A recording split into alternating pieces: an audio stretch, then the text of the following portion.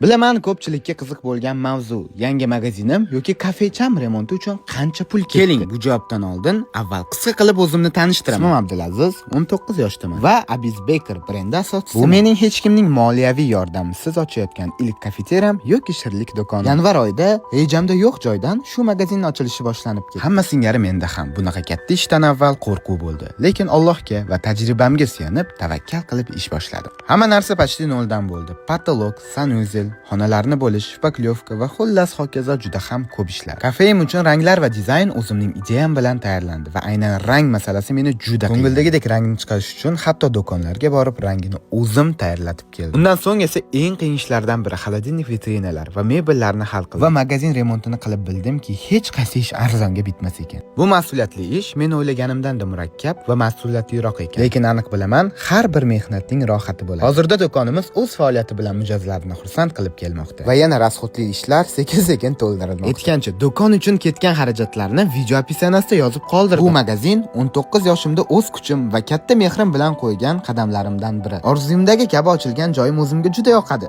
Sizgachi mening didim va tanlagan dizaynim yoqdimi? Kommentariyada yozib qoldiring.